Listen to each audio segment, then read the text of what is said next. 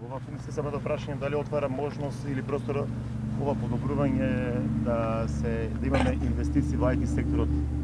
Дали се тоа оваа инвестиција отвара простор и можност некој да одговори за ова прашање? Па секако инвестиции во IT секторот со оглед дека имаме стабилен интернет. Ние веќе и направивме законски измени со кои што до пред тие законски измени не беше возможно. Сега веќе е возможно овие дополнителни капацитети да бидат дадени под одредени услови и на економските оператори.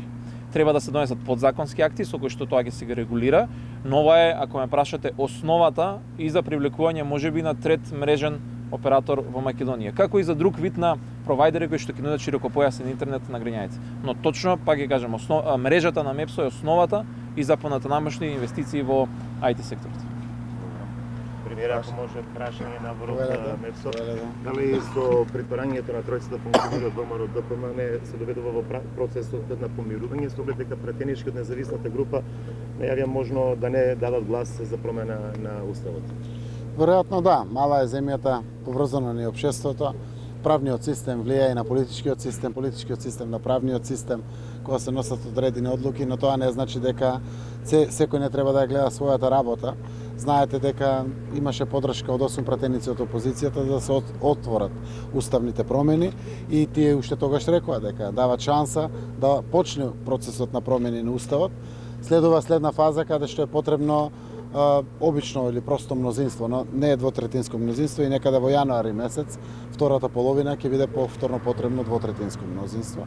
Јас на овој процес во парламентот гледам како на политички диалог и гледам на начин како преку инклузивни процеси да можеме да го зголемиме мнозинството. Жалам што истакнуваат пратениците дека тоа влијае.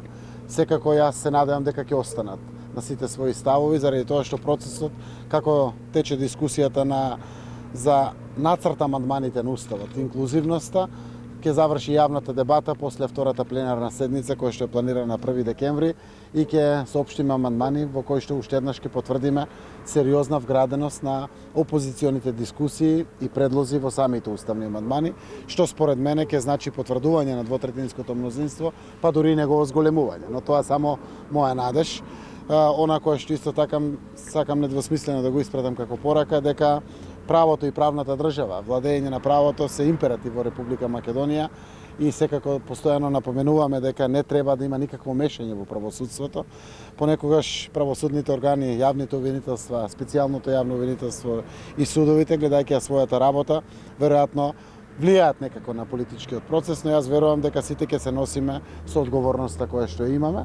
Пред се ние политичарите, делот на парламентот, заради тоа што ова е неповратен процес кој што нуди шанса, кој што не треба да се пропушти и верувам дека Македонија ќе изнедри сила, буквално сите процеси паралелно да течат, без било кој еден на друг да направат штета во споставувањето и исполнувањето на конечната цел. Во парламентот тоа е уставните амандмани, членството во Европската унија и НАТО, а во правосудството секако е владење на правото, независноста на судството и одговорноста на секој што се огрешил пред закон или потврда дека нема докази за било кој што не направил грешка согласно закон. Во меѓувреме разговаравте ли со 8 пратеници од последното кога беше апсењето на Мијалков? Дали уопште на таа тема? Со некој од нив имаме воспоставено контакти, разговараме, но секако тоа беше пред се во духот на проекциите на продолжување на дебатата внатре во парламентот. Идната седница ќе се случи веќе дебата во парламентот за да можеме да направиме еден сублимат на дебатата од Уставната комисија непосредно пред одржувањето на пленарната седница која што почнува на 1 декември, затоа што со завршувањето на пленарната седница е испроектирана јавната дебата во Република Македонија, која што ќе се одвива со многу експерти, со МАНУ, со граѓански организации и така натаму. Така да во овој процес и сами ќе дознаеме колку тоа опстојува двотретинското мнозинство, се намалува или се зголемува. Премиере, вистина ли е дека унгарски разузнавачи и дипломати помогнале да избега осуденикот Груевски од земјава? Па сите видовме и дури самите земји потврдија дека со дипломатски коли на Унгарија придружуван господинот Груевски со унгарски дипломати, буквално е подпомогнато да стигне во Будимпешта. Тоа е повеќе од јасно, јас верувам дека истрагата ќе ги отвори сите детали.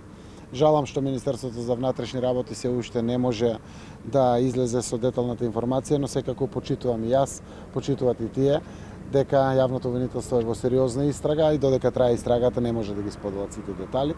Тоа што е возможно досега се соопштува по јавноста, но сето тоа што представува ризик да влијае врз квалитетот на истрагата, веројатно и не го соопштуваат.